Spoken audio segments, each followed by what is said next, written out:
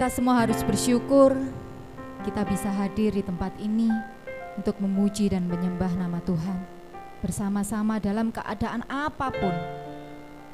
Karena Tuhan tidak pernah, kamu harus datang ke gereja, datang kepadaku dengan keadaan yang baik-baik saja. Tidak.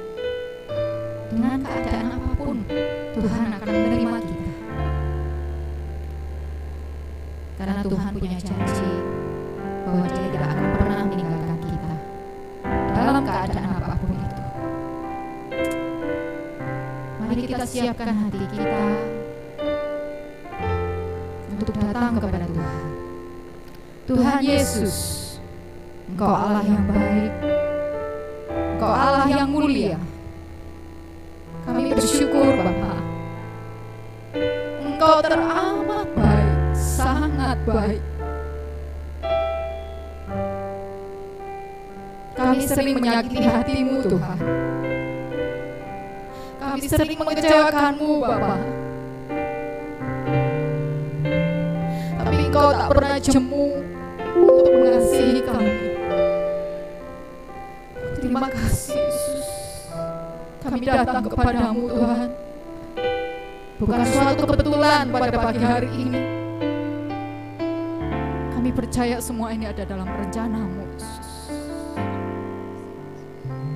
Urapi setiap hati dan pikiran kami Bapa. Engkau yang memimpin kebaktian pada pagi hari ini, dari awal, pertengahan, hingga selesainya. Dan nama-Mu yang dipermuliakan. Semua yang percaya katakan amin. Kita siapkan hati kita. Sungguh besar setiamu Tuhan.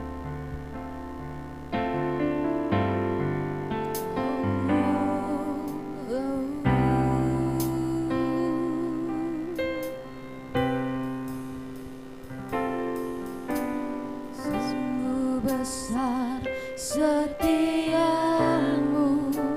Amin. Kau nyatakan bagiku. Kau Bapa yang selalu mengerti. Kau Bapa yang selalu mengerti isi hatiku. Kemuliaan-Mu Kau janjikan. Kemuliaan-Mu Kau janjikan.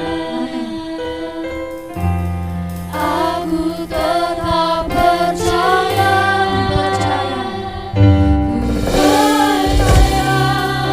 Janji-Mu ajaib terukir dalam kehidupanku. Ku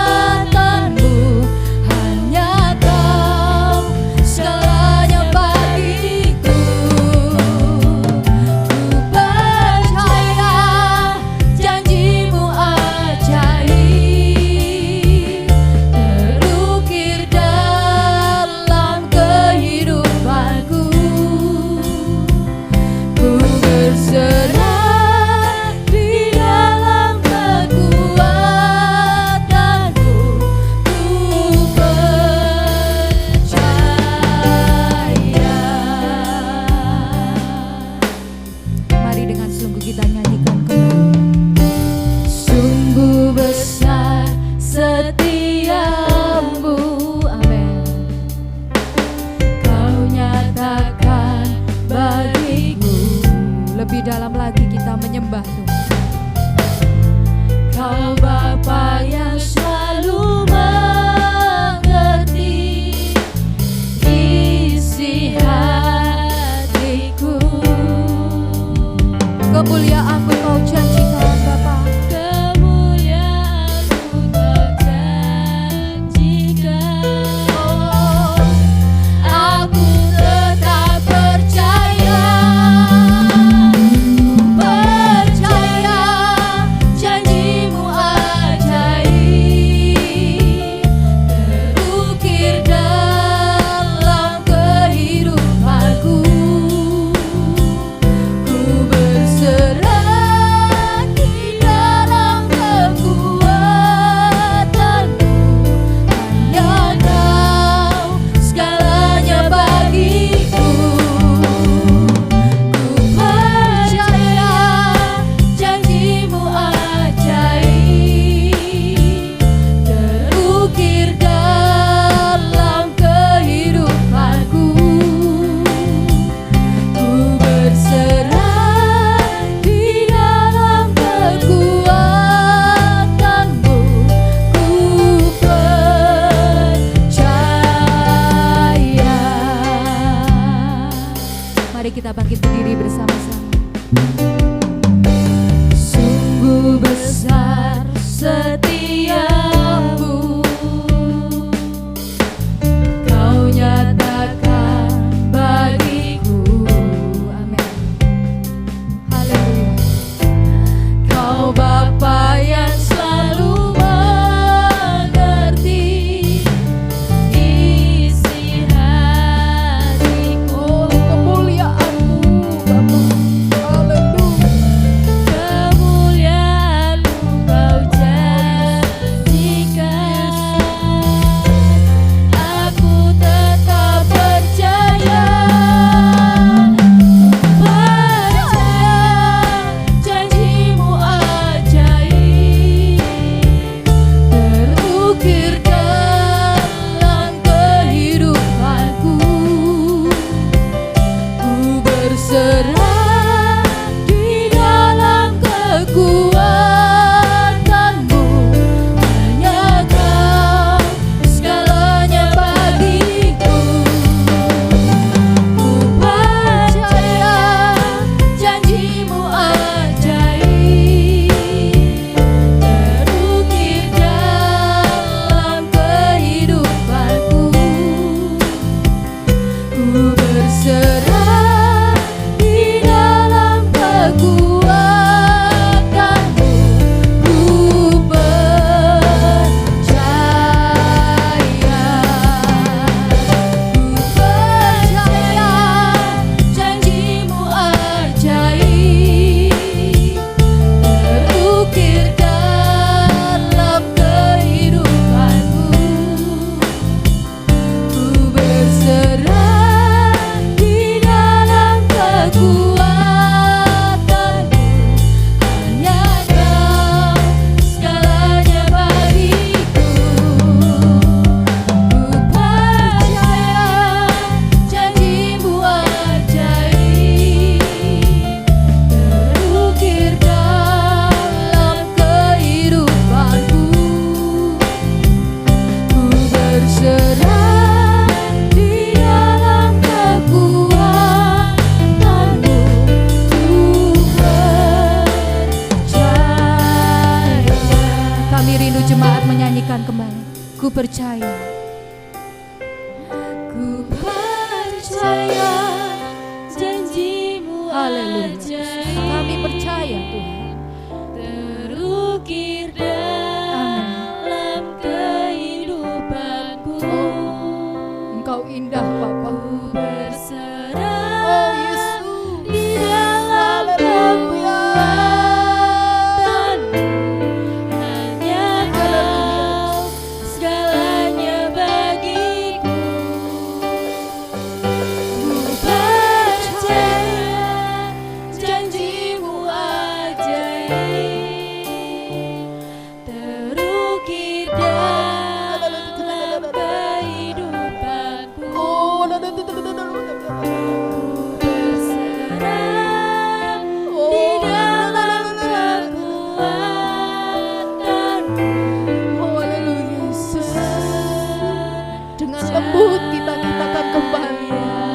percaya.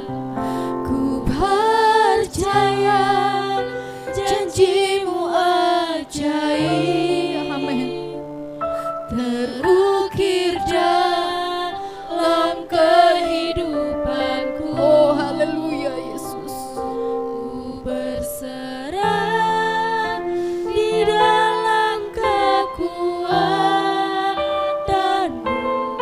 Ku percaya.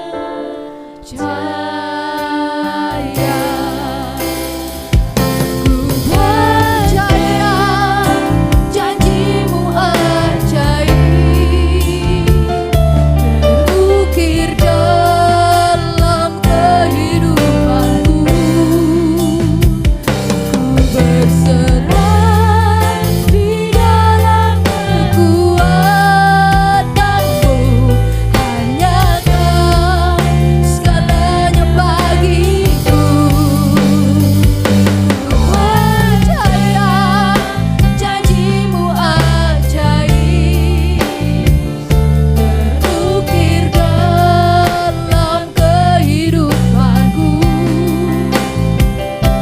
Ku berserah di dalam kekuatanmu. Ku percaya.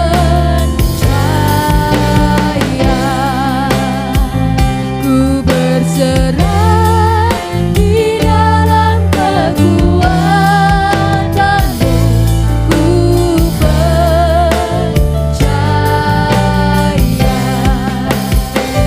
Ku berserah di dalam kekuatanmu. Ku percaya. Disembah, mari kita sembah Dia. Haleluya. Engkau Allah yang layak disembah Tuhan. Haleluya. Haleluya. Glory, segala pujian hanya bagi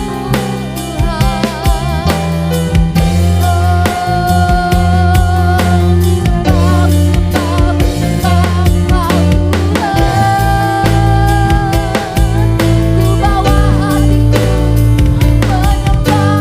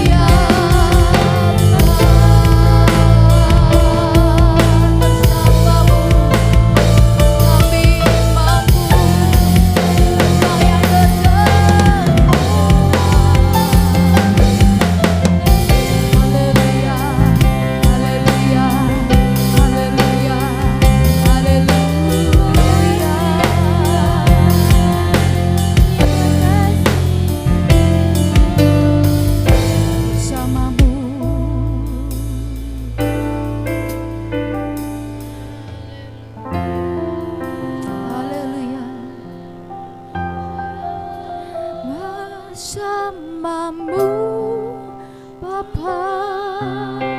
Amin. Ku lewati semua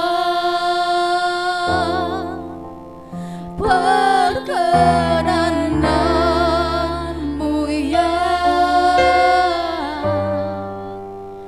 teguhkan hatiku.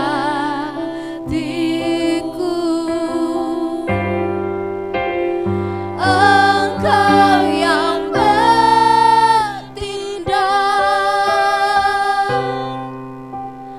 memberi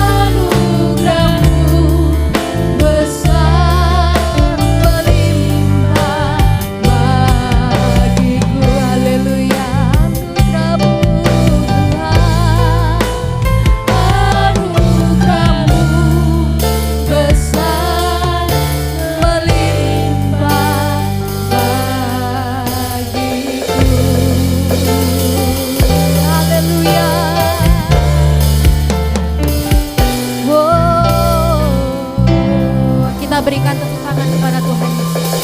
Oh haleluya. Masih bersemangat, selalu bersemangat. Hati yang gembira adalah obat. Yesus jalan kebenaran.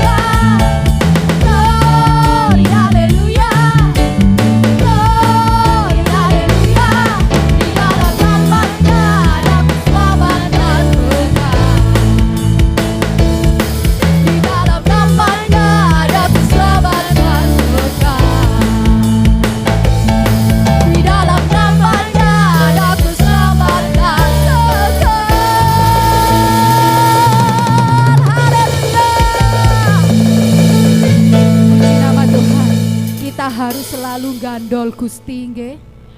Hanya Tuhan yang bisa kita harapkan. Puji nama Tuhan. Gandol Gusti. Kita bisa bergoyang ke kanan ke kiri. Kakung semangat nggih kakung.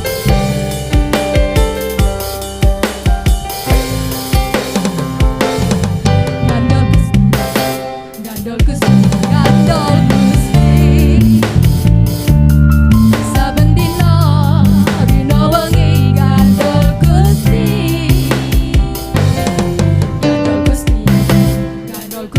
Gandol Gusti,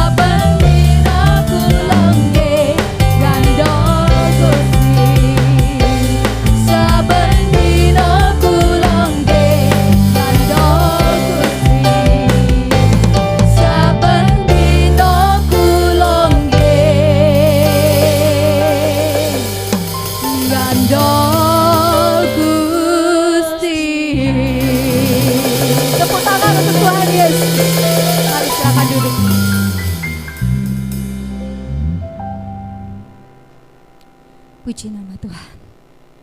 Hati yang gembira adalah obat, benar sekali itu. Terkadang kalau kita lagi sakit parah, ke dokter, minum obat, berulang kali nggak sembuh-sembuh, jawabannya ada pada Yesus. Kita siapkan hati kita untuk kita mendengarkan firman Tuhan.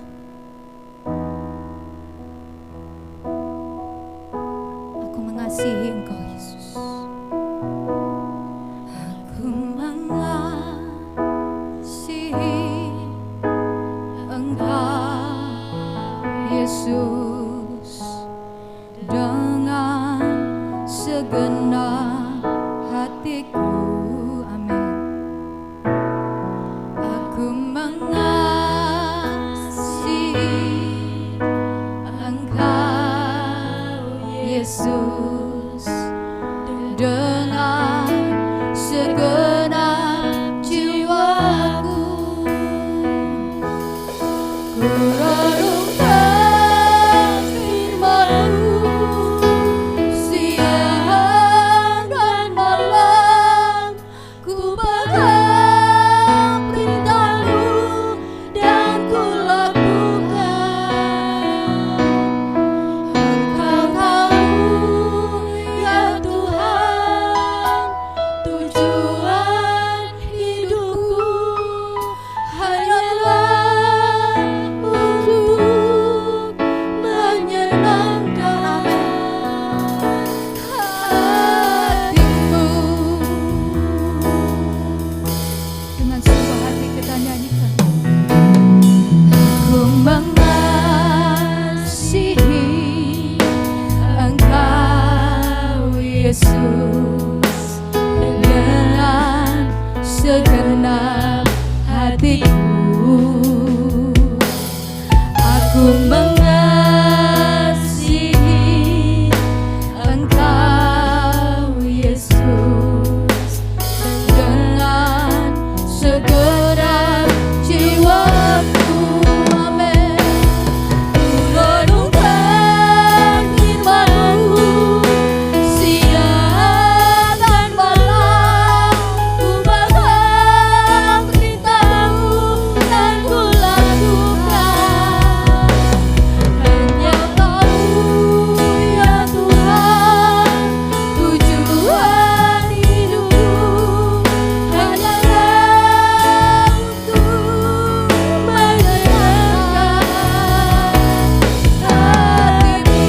Ku renungkan firman-Mu siang dan malam, ku pegang perintah-Mu dan ku lakukan.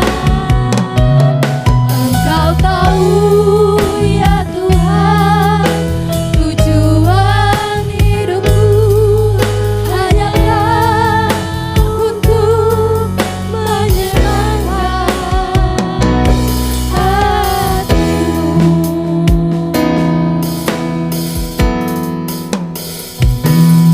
Aku mengasihi Engkau Yesus dengan segenap hatiku. Aku mengasihi Engkau Yesus dengan segenap jiwaku. Mari kita bangkit berdiri kembali. Mengasihi Engkau Yesus Kita nyanyikan dengan sungguh. dengan segenap hati. Tuhan Maha Pendengar, Tuhan Maha Penyayang. Amin. Engkau Yesus dengan segenap jiwaku. Renungkan firman-Mu siang dan malam, ku pegang perintah-Mu dan ku lakukan. Engkau tahu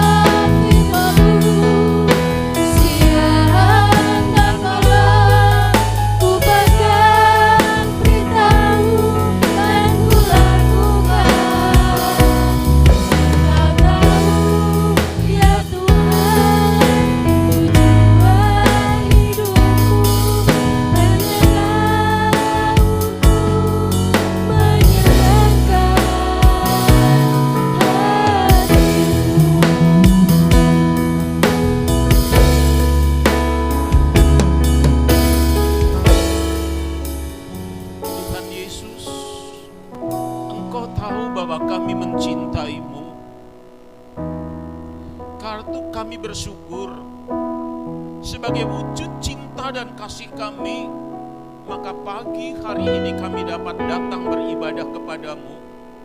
Karena Tuhan, tolong lembutkan hati setiap kami umat-Mu, setiap kami jemaat-Mu, sehingga kami dapat mentaati dan menjadi pelaku daripada setiap kebenaran firman Allah yang Tuhan berikan buat kami. Terima kasih Tuhan. Biarlah firman-Mu boleh menjadi pembimbing dalam hidup kami, sehingga kami dapat menikmati hidup dengan baik. Terima kasih ya Tuhan. Kami bersyukur, kami akan sambut dan terima kebenaran firman-Mu hanya di dalam nama Yesus Kristus, Allah dan Juru Selamat kami. Haleluya. Amin. Ya, silakan duduk. Merdeka. Merdeka tenanan apa enggak? Sekali lagi, semangat. Merdeka. Kalau kita melihat, kita mengenang kembali 77 tahun yang lalu, termasuk ayah saya juga ikut berjuang dan gugur di medan laga. Hanya untuk memberikan apa? Sebuah kemerdekaan buat bangsa dan negara kita. Tapi pertanyaannya, kita yang hidup saat ini, sudahkah kita berjuang untuk mengisi kemerdekaan itu sendiri? Jadi kalau kita sudah bangun rumah, apakah rumah itu akan dibiarkan begitu saja? Saya rasa enggak. Kita pasti berusaha untuk mengisi rumah itu dengan baik. Supaya apa? Rumah itu nyaman buat tempat kita tinggal. Begitu juga kita mengenang kembali 2000 tahun yang lalu. Yesus Kristus, Allah dan Juru Selamat kita, Dia sudah rela mati di atas kayu salib untuk memerdekakan hidup saudara dan saya. Sudahkah kita mengisi kemerdekaan yang diberikan oleh Yesus di dalam hidup kita sehari-hari, yang dibuktikan ketika kita menghadapi berbagai macam hal? Mau bangun rumah, kita nggak minta tolong kepada kaki nini semoro bumi, bopata miku kowo dan sebagainya. Ketika kita akan melakukan hajat, entah itu sunat, entah itu mantu, kita tidak meminta tolong kepada Pak Puh dan sebagainya. Untuk apa? Meminta kepada kaki danyang nini danyang untuk memberkatinya. Tetapi justru 2000 tahun yang lalu, Yesus mati di atas kayu salib supaya saudara dan saya ini bebas, tidak lagi terjerat dengan ikatan-ikatan yang tidak sehat. Nah, karena itu pagi hari ini saya mengajak buat kita semuanya, kita akan berbicara tentang bagaimana kita menikmati hidup di dalam kemerdekaan bersama dengan Yesus Kristus. Kita akan menikmati hidup di dalam kemerdekaan bersama dengan Yesus Kristus, karena kita tahu Yesus sudah memberikan kemerdekaan itu, dan Yesus katakan sudah genap. Jadi kita nggak perlu lagi mencari itu, ini dan sebagainya, karena keselamatan itu hanya ada di mana? Wah, ini yang kita harapkan. Karena tadi di depan saya sempat ngobrol-ngobrol dengan Ibu Yermia, ya, dengan Ibu Yermia. Saya sempat ngobrol sebentar. Saya katakan saya bisa mengucap syukur kepada Tuhan buat semua yang Tuhan izinkan berlaku di dalam hidup saya. Baik dikala saya sakit, dikala saya senang, dikala saya susah, saya katakan terima kasih Tuhan. Kau berikan saya kesempatan menghirup udara yang Tuhan berikan buat saya. Dan karena itu mari kita buka bersama-sama dalam kitab 2 Timotius pasal yang pertama. Kita akan melihat dari ayat 3 sampai dengan ayatnya yang ke-8. Suratan 2 Timotius pasal yang ke-1 ayat 3 sampai dengan ayat yang ke-8. Saya akan bacakan saja. Saya nggak minta untuk bergantian karena nanti suara saya terdengar keras, suara jemaat nggak terdengar keras. Ya, jadi saya akan bacakan saja. Saudara boleh menyimak dengan baik. Aku mengucap syukur kepada Allah yang kulayani dengan hati nurani yang murni seperti yang dilakukan nenek moyangku, Dan selalu aku mengingat engkau dalam permohonanku, baik siang maupun malam. Dan apabila aku terkenang akan air matamu yang kau curahkan, aku ingin melihat engkau kembali supaya penuh kesukaanku. Sebab aku teringat akan imanmu yang tulus ikhlas, yaitu iman yang pertama-tama hidup di dalam nenekmu Lois dan di dalam ibumu Eunike, dan yang aku yakin hidup juga di dalam dirimu. Karena itulah kuperingatkan engkau untuk mengobarkan karunia Allah yang ada padamu oleh penumpangan tanganku atasmu. Sebab Allah memberikan kepada kita bukan roh ketakutan, melainkan roh yang membangkitkan kekuatan, kasih, dan ketertiban. Jadi janganlah malu bersaksi tentang Tuhan kita, dan janganlah malu karena aku seorang hukuman karena Dia, melainkan ikutlah menderita bagi Injilnya oleh kekuatan Allah. Amin. Nah, saudara yang dicintai oleh Tuhan, kalau kita melihat mulai dari ayat yang ketiga, ini adalah merupakan satu sukacita besar. Ya, di situ dikatakan, aku mengucap syukur kepada Allah yang kulayani dengan hati nurani yang murni, seperti yang dilakukan oleh nenek moyangku. Ini adalah satu ucapan syukur buat Rasul Paulus sebagai seorang hamba Allah yang dipanggil untuk melayani pekerjaannya. Saya teringat ketika pada bulan Desember tahun 2021, karena kurang lebih 1 minggu sebelumnya, saya itu sempat geletak. Saya itu sempat geletak di rumah, karena apa?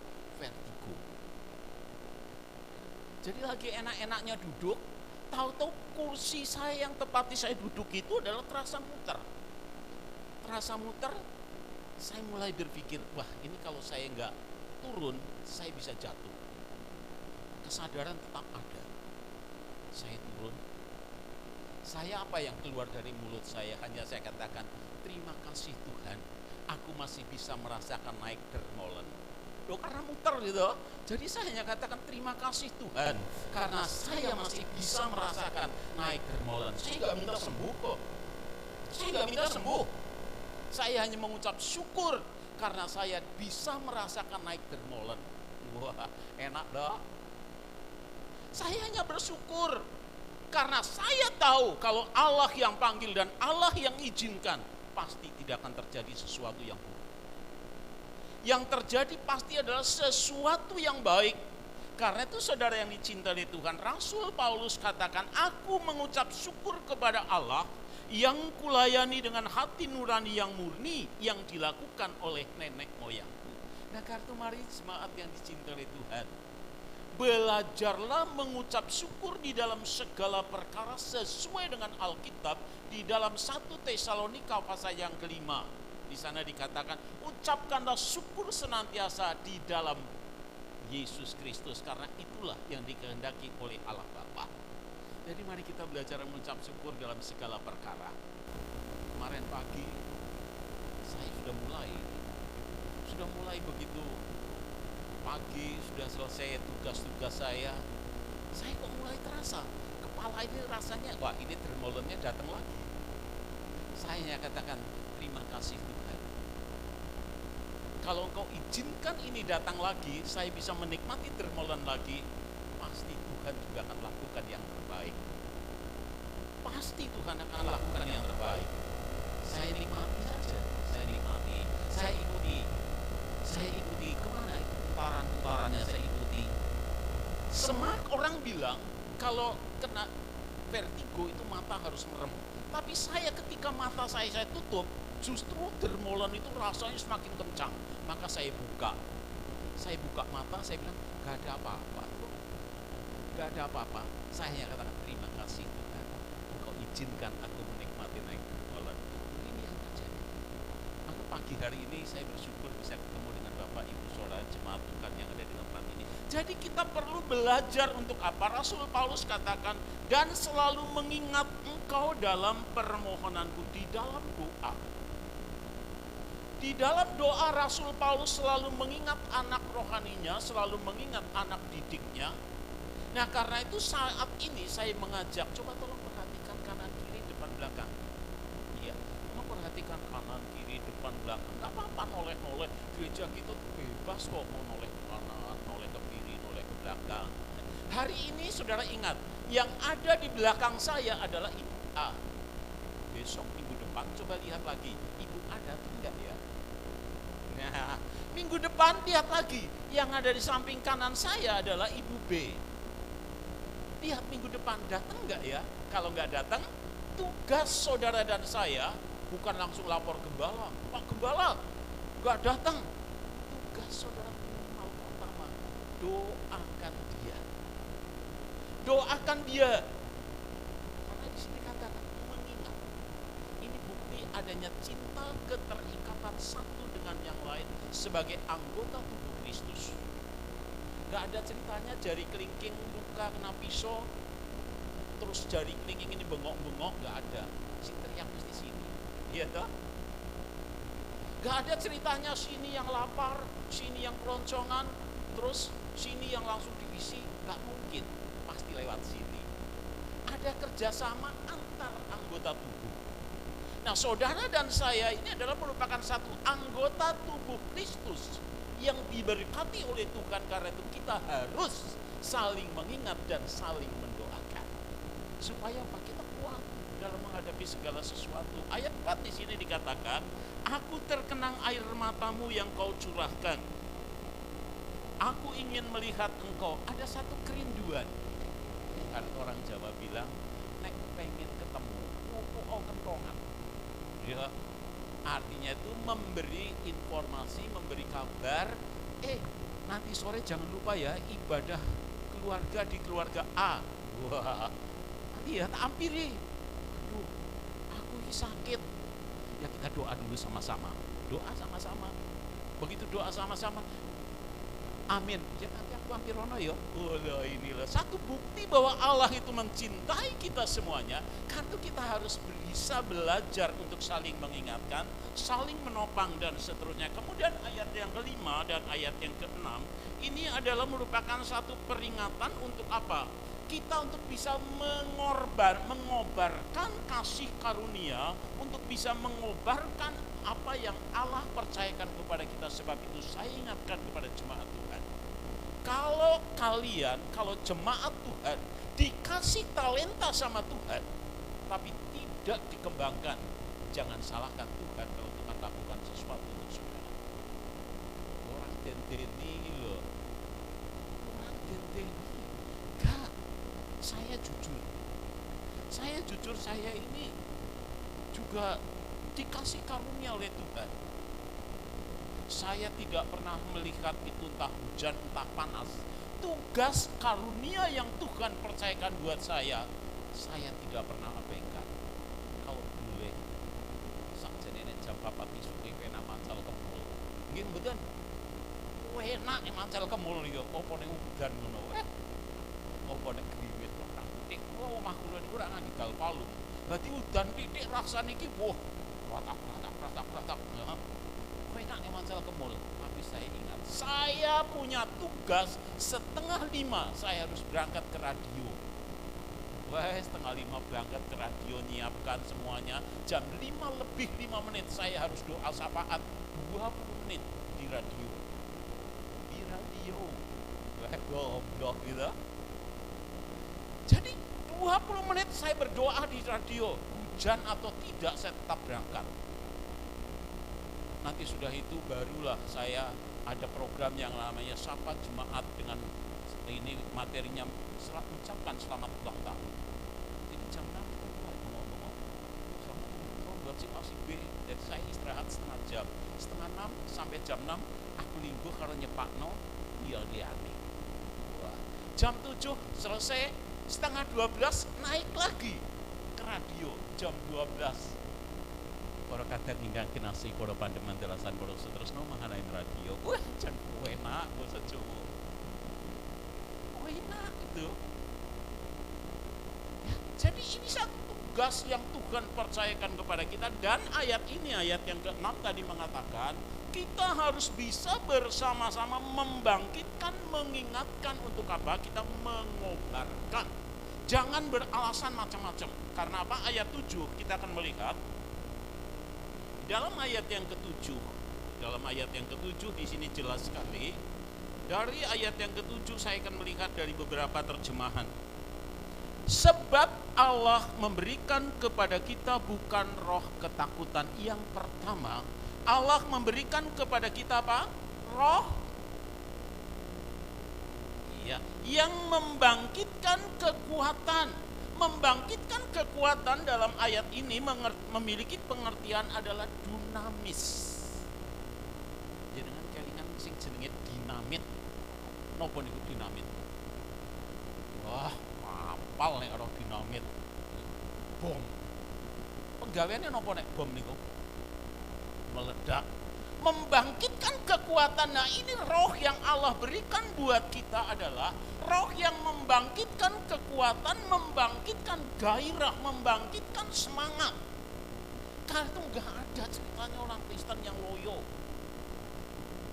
Gak ada. Kita harus bisa menjadi motor penggerak dimanapun saudara berada. Kita hidup di tengah-tengah masyarakat yang majemuk. Indonesia ada 6 agama, 1 aliran kepercayaan. Besok tanggal 16 di depan rumah saya persis itu akan ada doa lintas budaya, lintas agama. Loh, itu saya prakarsai. Saya ajak lingkungan. Jadi di mana saudara berada, kita harus bisa menjadi penggerak. Untuk apa? Mendorong terciptanya kebersamaan. Apalagi momennya pas banget ya. Momennya pas banget tanggal 16 nanti jam 6 sore. Itu kurang lebih ada 200 meter nanti akan dipasangi lampu.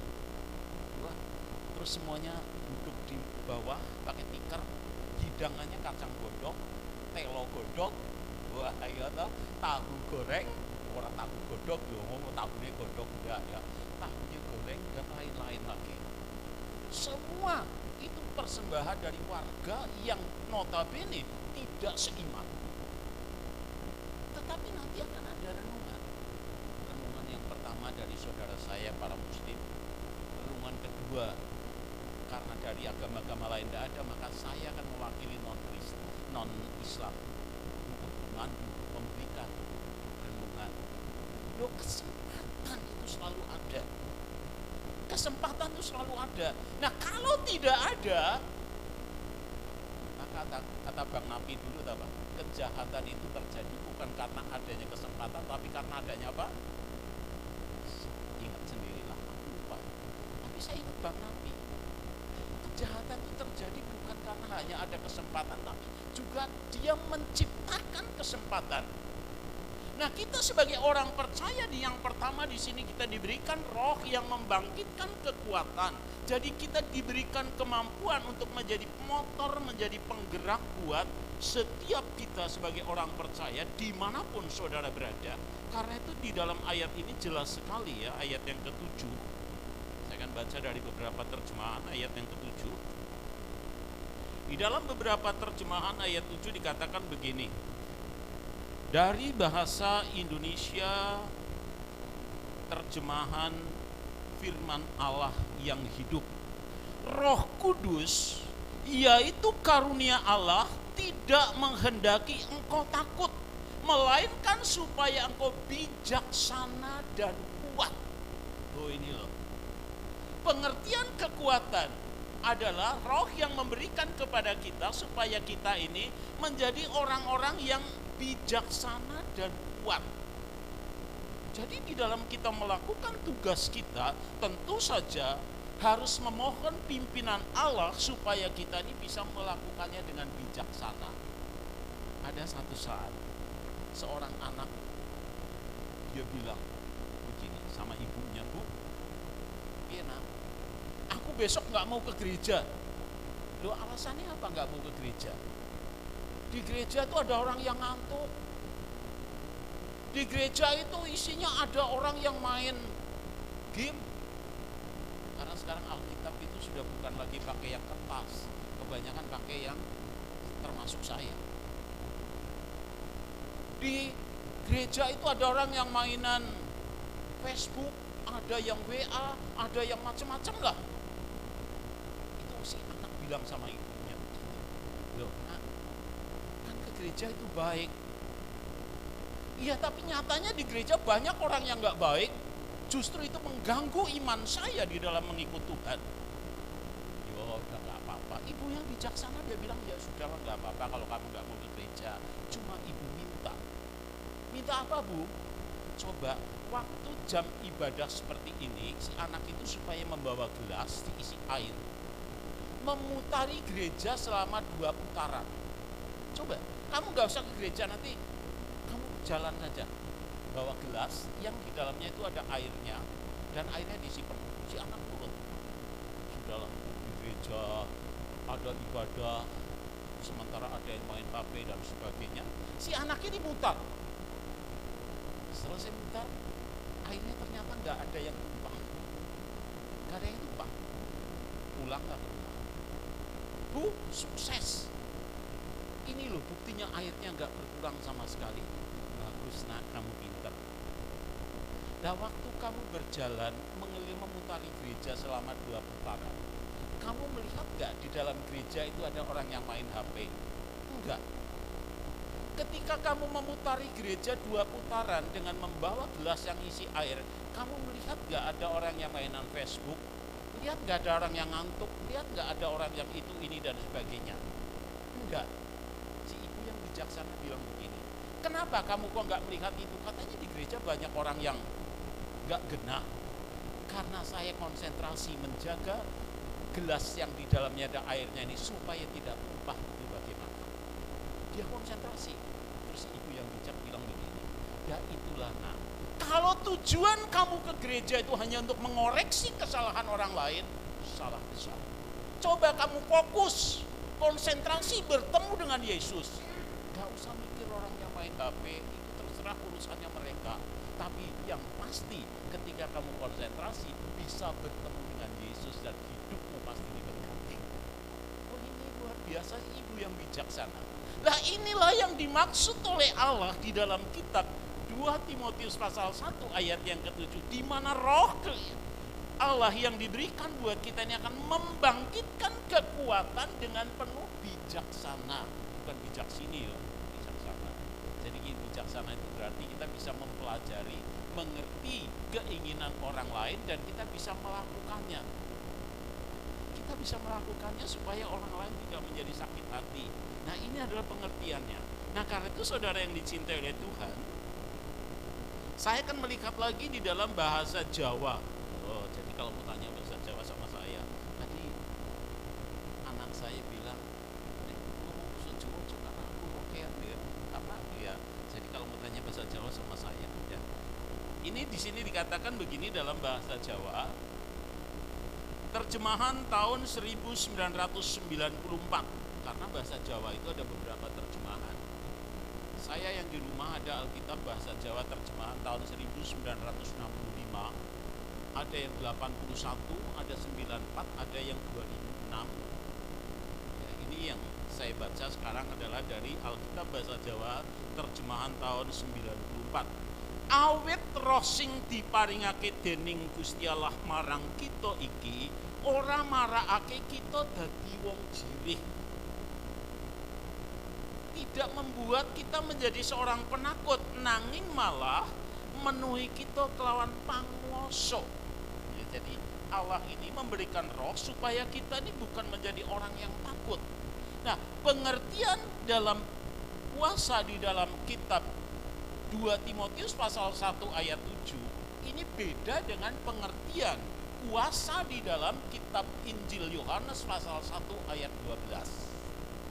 Di dalam ayat 12 dari kitab Injil itu di sana memiliki menggunakan bahasa itu beda dengan ini.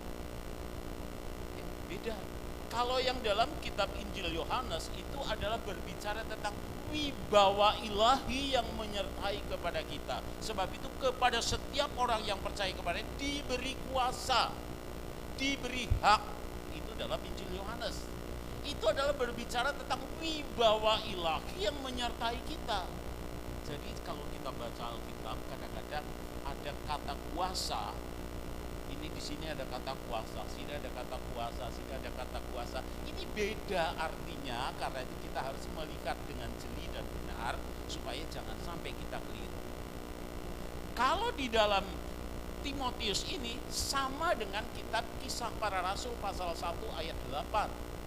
Kuasa di situ adalah berbicara tentang dinamis yang akan membuat seseorang itu menjadi semakin efektif di dalam melayani pekerjaan Tuhan. Di dalam kita menyaksikan kasih dan kemurahan Tuhan. Kalau kita memiliki roh itu. Beberapa waktu yang lalu saya itu diminta tolong oleh salah satu desa, di mana desa tersebut itu akan mengadakan bersih desa. Adakan bersih desa. Dia bilang, Pak, minta tolong untuk adakan upacara bersih desa. Ya siap. Kalau gitu siapkan warga untuk bawa sapu. Ya saya guyoni. Silakan panitia menghimbau semua warga untuk membawa sapu. Karena namanya orang bersih-bersih kan supaya bersih. Ya, pakai sapu. Ternyata dia bilang, bukan begitu Pak maksudnya. Lah maksudnya apa? Nah, selamatan wong Kristen, selamatan wong mboten. Wong Kristen selamatan wong mboten. Kenging apa kok mboten?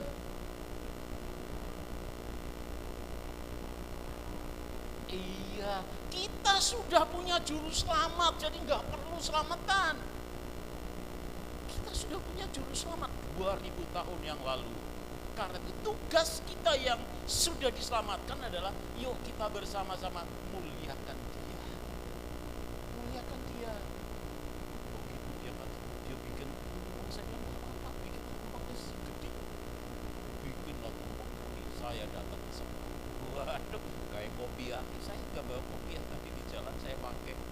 Nah, ya, di jalan saya pakai kopiah. Saat ini bukan ini ya, supaya nutupi rambut saya yang bagus ini loh.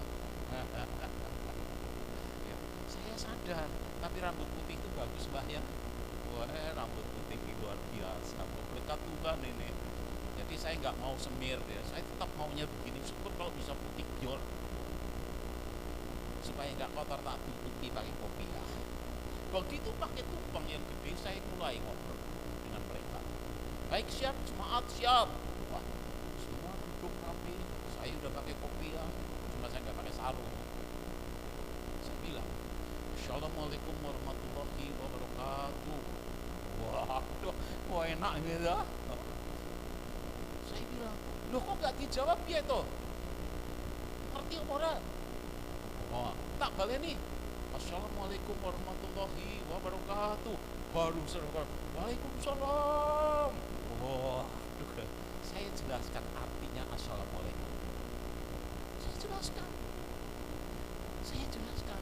Saya berani mengucapkan. Saya juga harus bisa untuk menjelaskannya.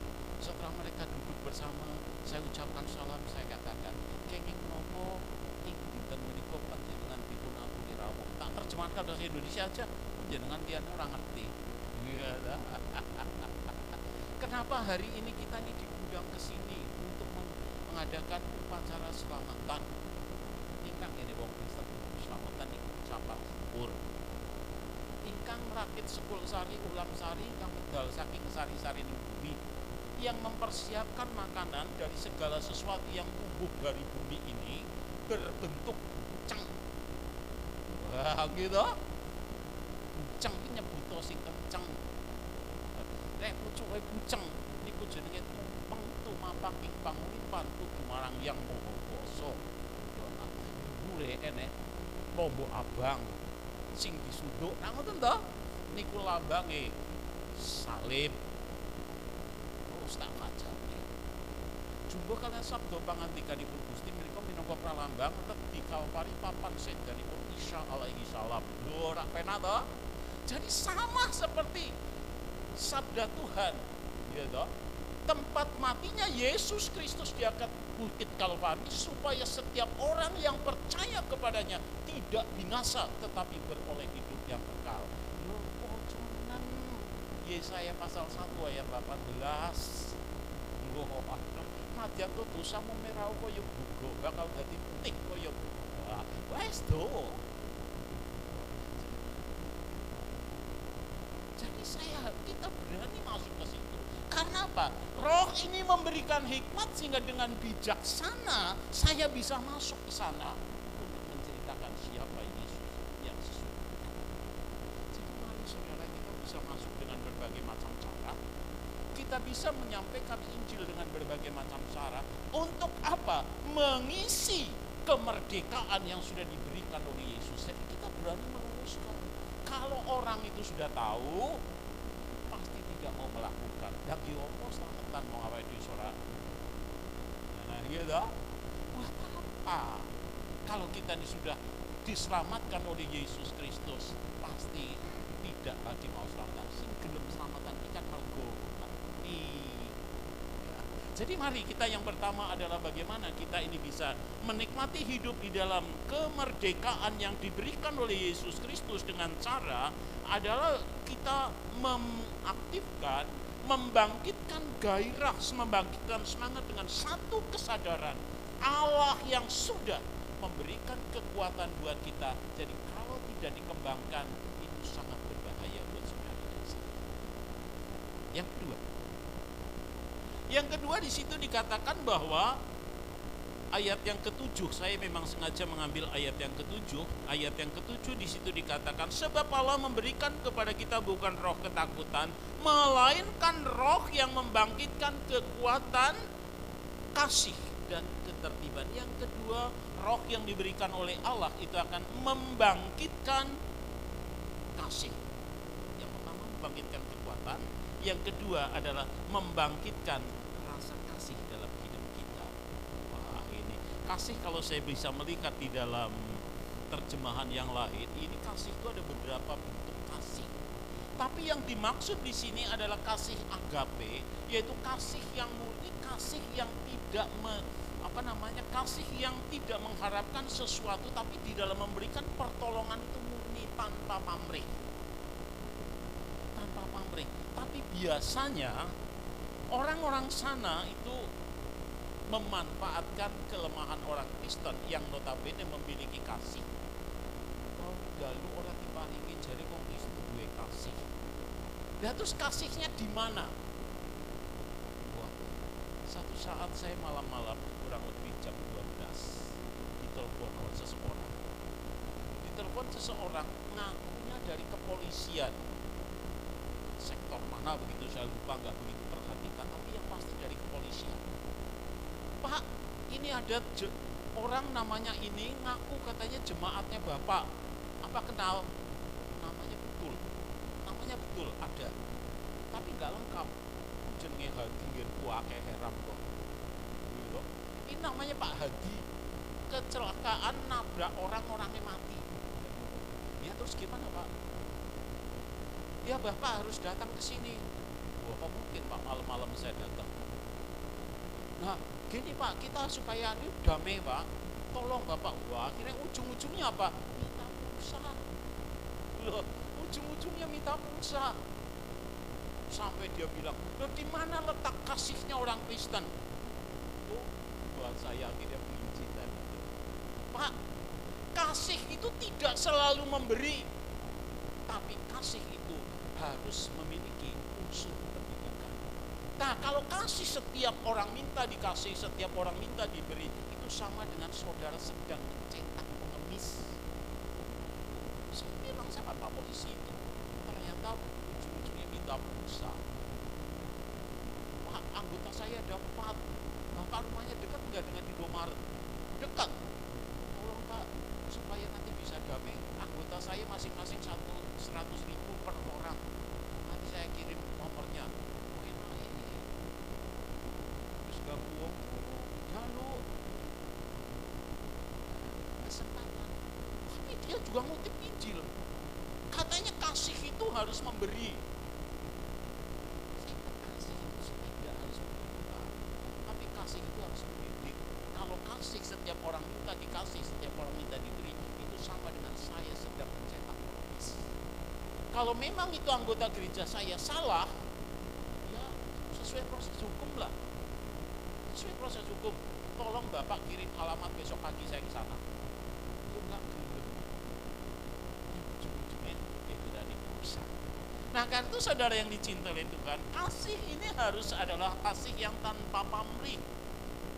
Ya, yang disebut dengan kasih agape, yaitu saudara yang dicintai oleh Tuhan. Karena itu mari.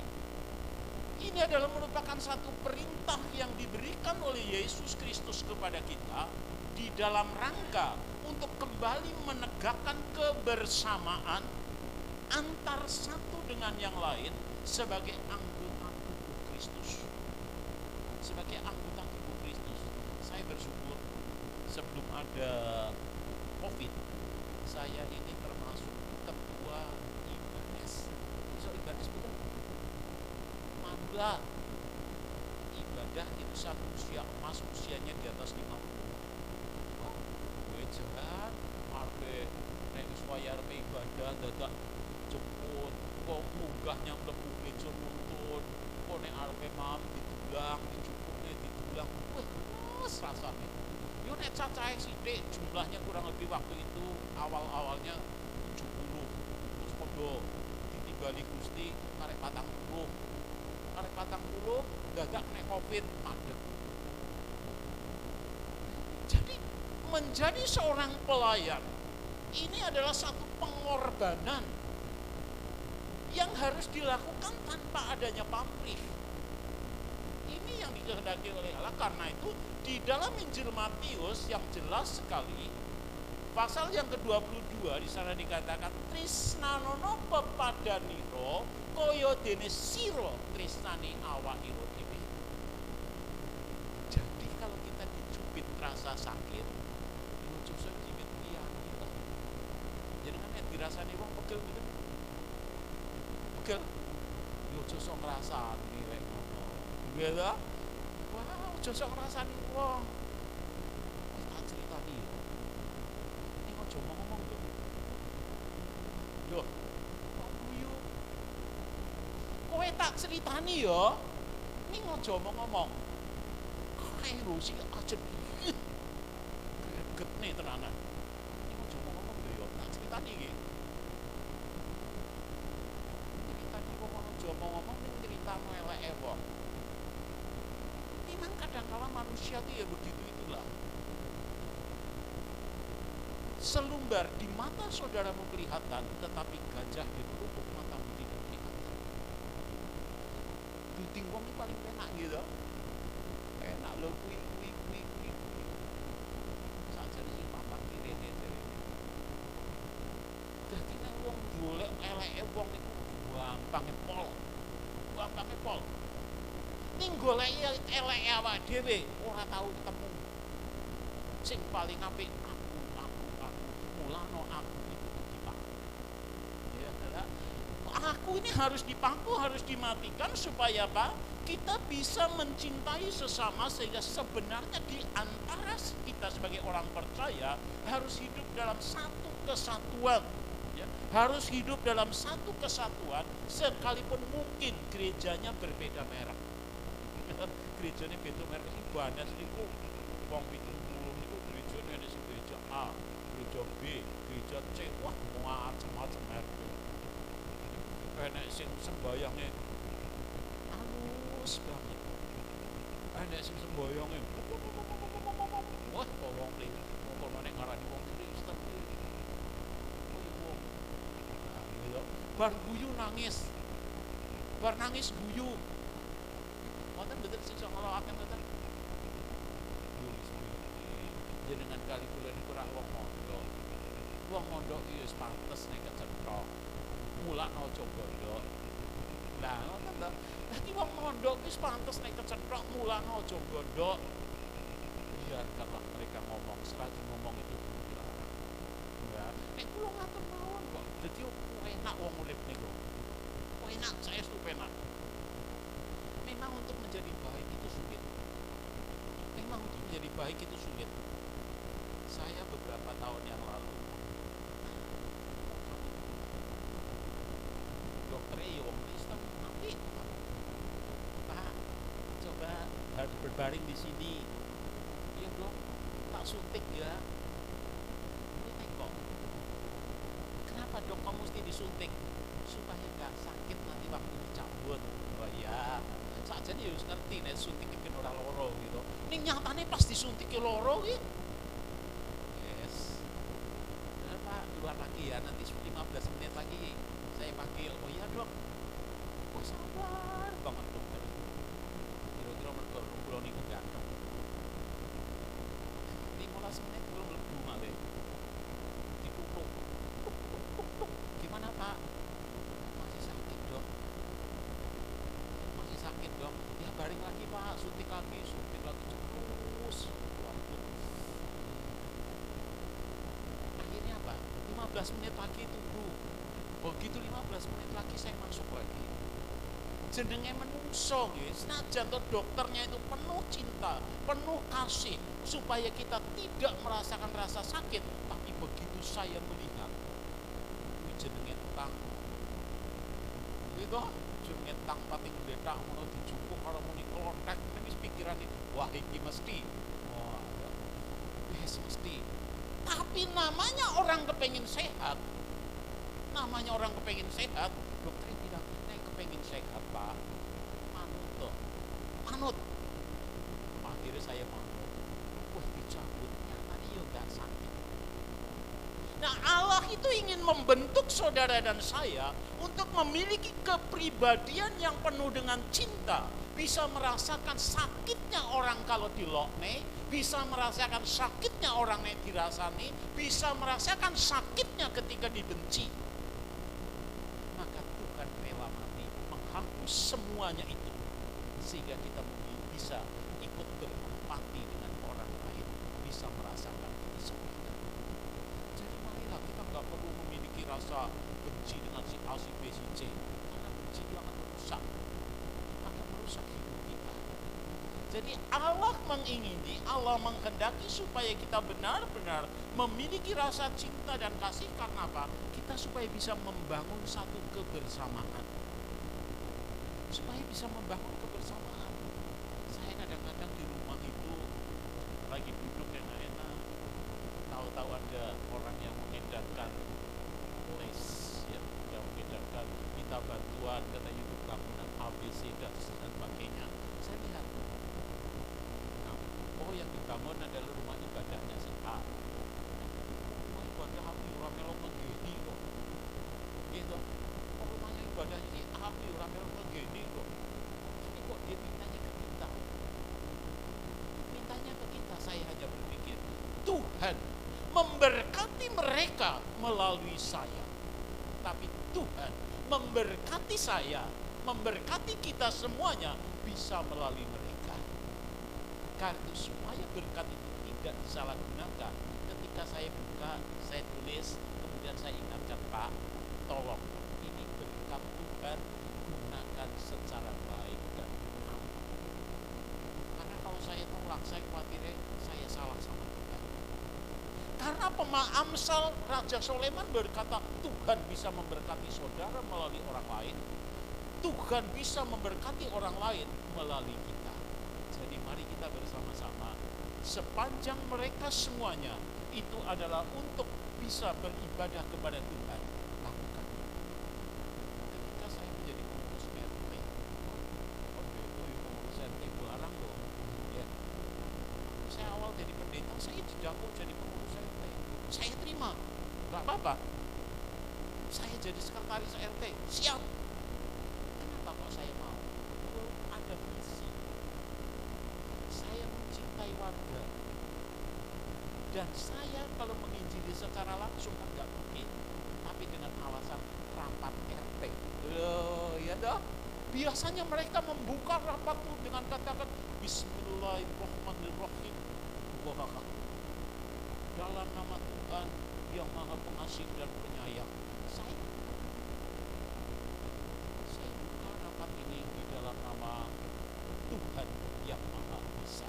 Masa orang Pancasila yang ngomongin ngono kok. gitu.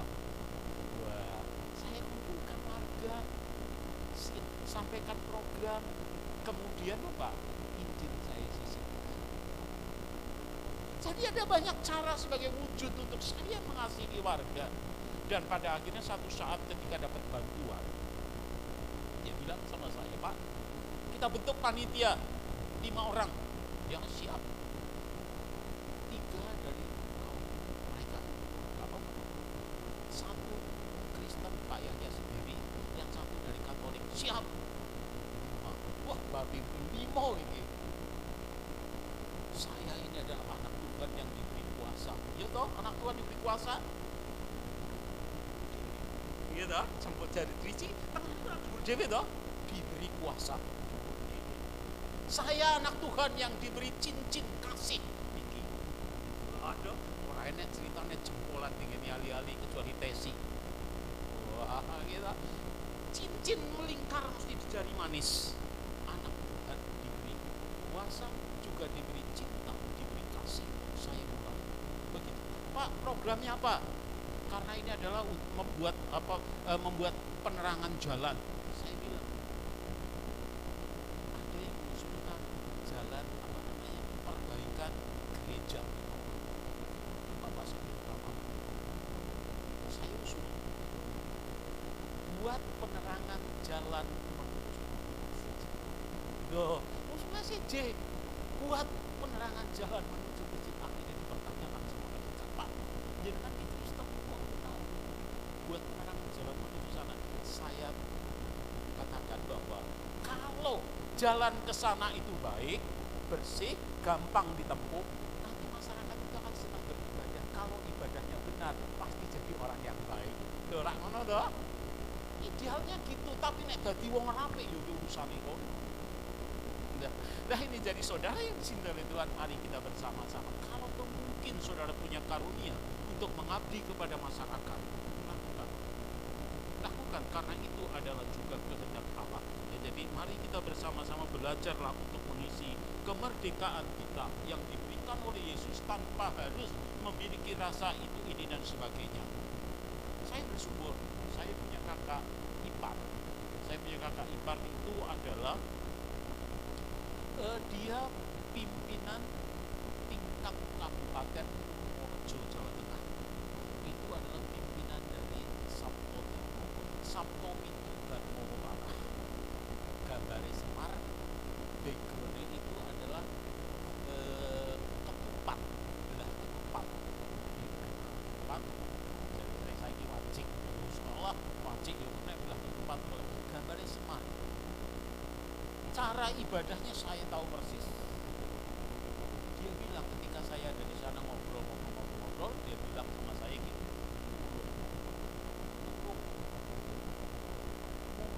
anggota kabeh kumpul, ulangan, ajarkanlah pengajaran yang daripada Kristus kepada mereka semua. Dan saya bersyukur 2 orang anaknya sekarang menjadi pendeta semua. Itu luar biasanya. 2 orang anaknya jadi pendeta, yang 1 dulu pernah tinggal di rumah saya, 1 pernah tinggal di rumah saya masih sembahyang secara Allah Sabtu. Saya bilang begini, kalau kamu tinggal di rumah saya tidak boleh sembahyang dengan cara itu. Kalau kamu mau sembahyang dengan cara itu, silakan keluar. Pintu rumah terbuka dan kamu sudah punya kerja, silakan kontrak. Akhirnya dia turun keluar. Beberapa hari berikutnya dia bilang, oh, mau boleh nggak kalau saya dibaptis? Ya, kok mau minta dibaptis? Saya mau jadi pengikut Kristus. Masuk dibaptis. Setelah dibaptis dia bilang, oh boleh nggak saya ikut sekolah Alkitab? Masuklah sekolah Alkitab, carikan sponsor, dapat masuk sekolah Alkitab. Sekarang jadi pendeta di Cengkareng. Wah, ini luar biasa. Jadi mari saudara yang cinta Tuhan, mengasihi di dalam rangka untuk mendidik sehingga anak cucu kita, keluarga kita benar-benar menjadi keluarga yang orang sana katakan syakinah mawaddah warahmah, keluarga yang syakinah, keluarga yang diberkati oleh Tuhan. Saya demikian. Yang ketiga di sini dikatakan adalah membangkitkan roh ketertiban. Ya, yang membangkitkan roh ketertiban. Jadi nggak ada orang Kristen yang katakan hidupnya tidak tertib. Tapi semua orang percaya harus hidup dengan tertib. Hidup dengan tertib. Nah, bagaimana untuk bisa hidup yang tertib? Saya jujur saja, dengan adanya media-media seperti ini saya sangat terbantu. Saya lihat jadwal saya, hari ini saya harus ada di sini. Maka alarm saya 2 hari yang lalu itu sudah saya bunyikan. Saya setel beberapa, begitu saya dapat jadwal, saya setel alarm. Tanggal 14, tanggal 12 alarm bunyi. Saya lihat, mengingatkan saya harus ada di Magetan. Ya, saya harus ada di Barat. Kemudian kemarin sore bunyi lagi. Jangan lupa besok jam 7 harus ada di Magetan. Luar biasa. Jadi dengan alat ini saya bisa dibantu untuk menjadi orang yang tertib di dalam mengatur waktu, sehingga saya kalau boleh dibilang mungkin 99% saya itu tidak pernah meleset di dalam mengambil bagian dalam pelayanan. Minimal 10 menit sebelum jam ibadah itu saya sudah datang. Nah, ini yang harus kita lakukan. Coba mari saudara yang cinta oleh Tuhan, karena itu kita yang diberikan roh yang tertib itu bagaimana caranya? Maka kita harus belajar untuk melakukan hal yang terbaik. Saya belajar karena tugas-tugas yang Tuhan percayakan kepada saya, jam 3 pagi saya pasti bangun. Jam 3 pagi saya bangun, saya nggak langsung turun. Bantalnya tak tarik, udah pasang yang geger. Aku boyok enom gitu. Nanti ada lingkup titik, ono yo rasane wis ngadeg titik, ngadeg rodo musuhan yo. Ora kabeh gitu.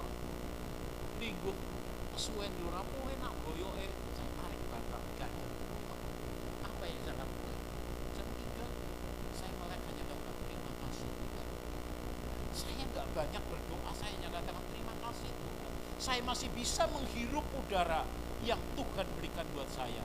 Karena kalau kita melihat di rumah sakit, wah kok bayarnya akeh, dicubes gitu. Kuwi rasane ora enak. Metu ke rumah sakit bendol beli, kadang-kadang sapi barang nggih bayar. Lho nggih to? Bayare ngangge sapi, wong desa. Gitu. Enek sing bayare ngangge wedhus.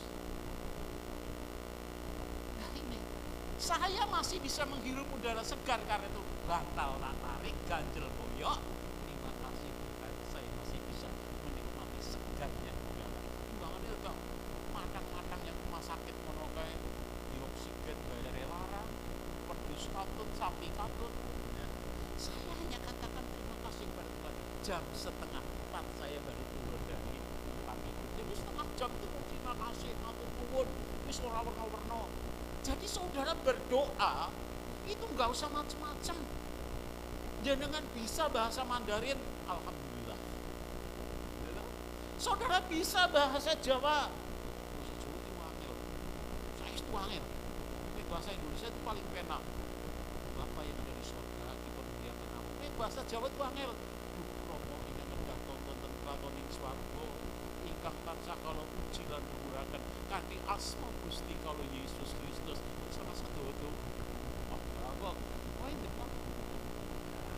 Jadi berdoa itu adalah bukan bagaimana, tetapi doa itulah menurut bahasa yang kita ngerti.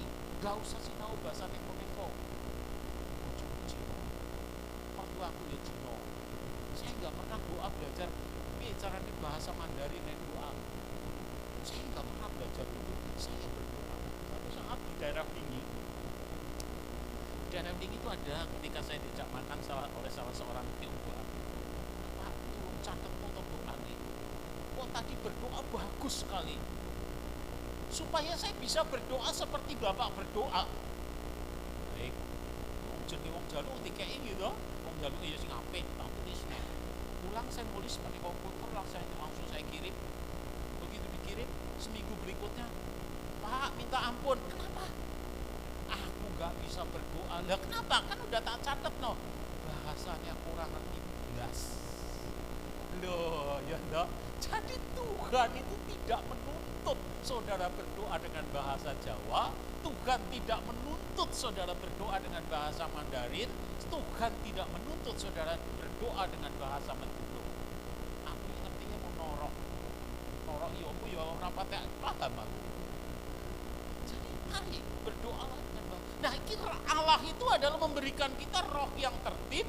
Karena itu berbicara tentang ketertiban adalah di mana kita memiliki kemampuan untuk mengendalikan diri. Ya, pengertian tertib di sini adalah memiliki kemampuan untuk pengendalian diri. Jadi orang Kristen itu harus memiliki kemampuan untuk memiliki pengendalian diri, sebab dari bahasa aslinya di sana dikatakan sophronismos. Sophronismos itu adalah kemampuan untuk pengendalian diri dengan pertimbangan-pertimbangan yang matang. Jadi pengertiannya adalah kemampuan untuk mengendalikan diri dengan pertimbangan-pertimbangan yang matang. Nah, bagaimana untuk memiliki pertimbangan yang matang? Maka kita harus jadikan firman Tuhan itu sebagai acuan. Sebagai acuan, jangan terus nanti saudara katakan, oh saya dengar khotbahnya Pak Yahya, doa itu penake karo turu nyang sofa gitu ya. Tiduran di sofa. Wah. Jadi nek kowe kepengin ketemu Tuhan, doa di sofa mesti kowe ketemu Tuhan.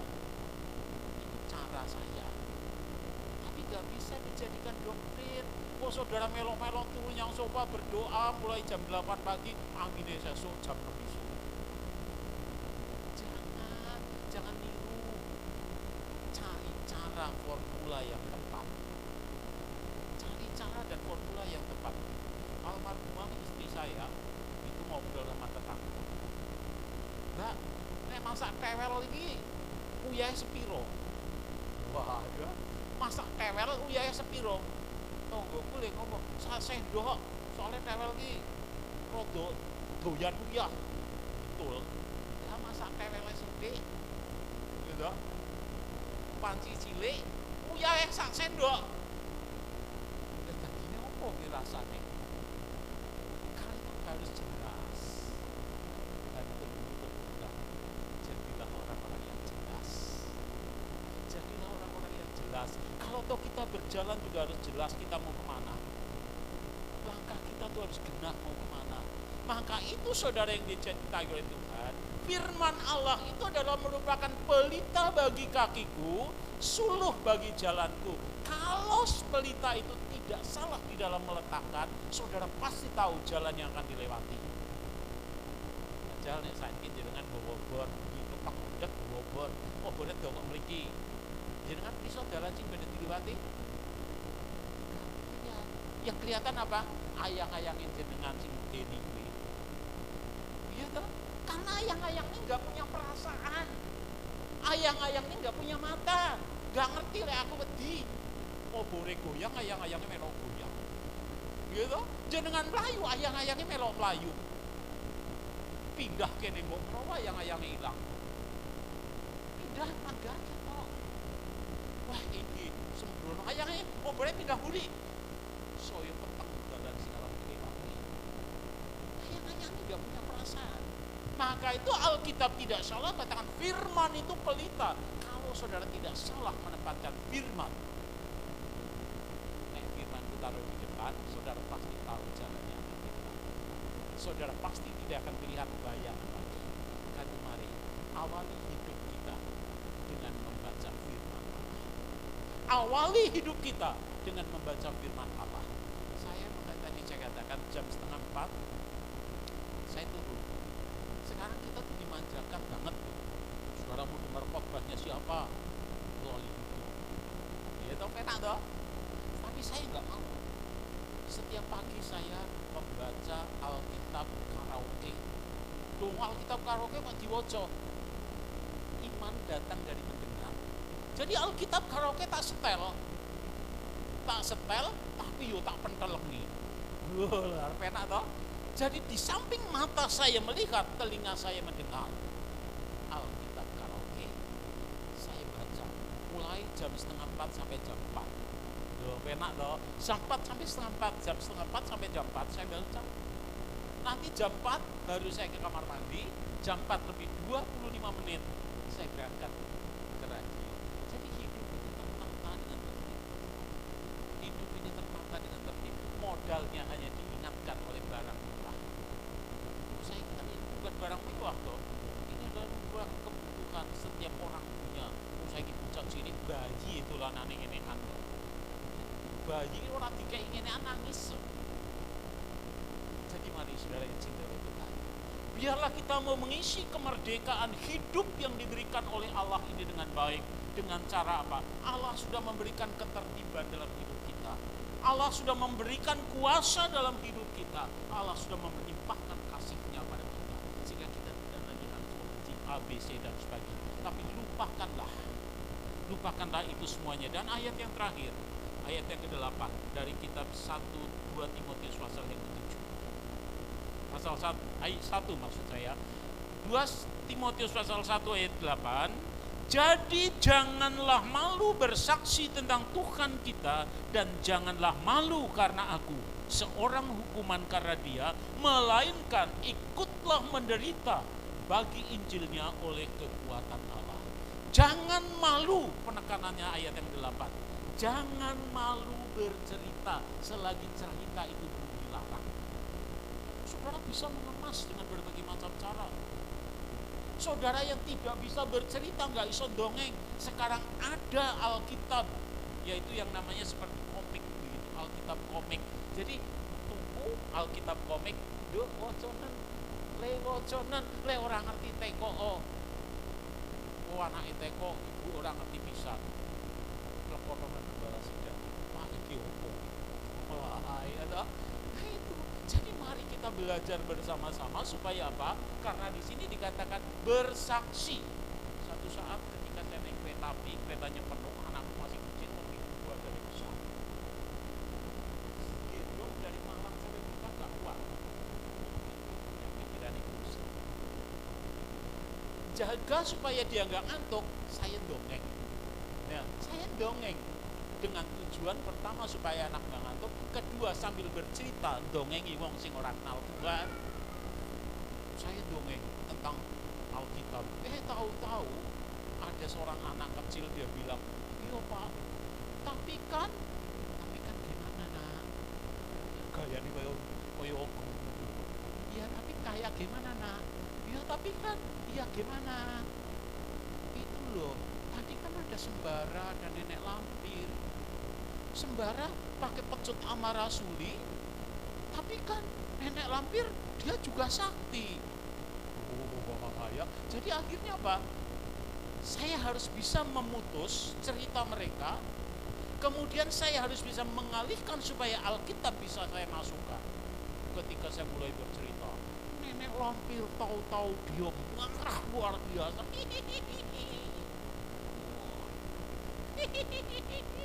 Tapi sembara juga nggak mau kalah. Dia ambil pecut amarasuli, tiba-tiba. Jadi kena tiba-tiba ke pesta. Nek wis kena tiba-tiba tuh cutel. Tapi tiba-tiba ada sebuah batu besar yang turun, tidak tahu dari mana asalnya. Dan akhirnya nenek lampir pun mati tertimpa batu besar itu. Dan aku udah sekolah minggu, dia bilang, "Pak, batu besar itu kan Yesus loh." Betul, 100 untuk kamu. Loh, jadi kita bisa mengemas cerita. Daripada anak saudara mau tidur didongengi, si kancil nyolong timun. Ya, kan gitu toh, buaya berjajar di kali. Karena si kancil ini akan menyeberang ke sana dengan membuatkan satu tipuan. Diketai sitok-sitok, siji. Soalnya tak kayak hadiah yo.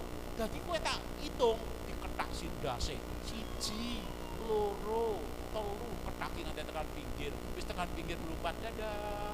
Wah, ini kurang ajar si kancil ini. Ndase boyo diketak. Sebenarnya harus perhatikan. Kenapa saya kok bilang ndase boyo ora mustakane boyo? Wong Jawa ki ndobrak. Nah ya, Jawa ki gaung-gaung. Ini kalau cerita gaung suwi tubuh banget karena itu mari saudara. Yang pasti untuk kita bisa menikmati kemerdekaan yang Allah izinkan, yang Allah berikan buat kita, kita harus berani bercerita siapa itu Yesus yang sudah mati 2000 tahun yang lalu untuk memberikan kebebasan buat saudara dan saya, mengekspresikan cinta dan kasihnya dengan roh kekuatan yang daripadanya, dengan kasih sehingga kita tidak akan melakukan hal-hal yang tidak sesuai dengan kehendak Allah, apalagi kita warga negara Republik Indonesia dalam bingkai kebinekaan tunggal ika. Sekalipun berbeda-beda, kita tetap satu. Karena sekarang gereja sini saya lihat juga ada yang kulit putih, ada yang kulit air dan sebagainya, ada yang mata sipit, mata bulat dan sebagainya. Tapi kita tetap satu, yaitu dalam bingkai kebinekaan tunggal ika. Apalagi saudara sekarang satu karena apa? Ditebus dengan darah Yesus Kristus, Allah dan Juru Selamat kita. Mari, jangan ragu, jangan takut, kita melangkah untuk bisa menceritakan perbuatan Allah yang indah dan ajaib. Tuhan memberkati buat kita semuanya. Saya undang dengan hormat Bapak Gembala untuk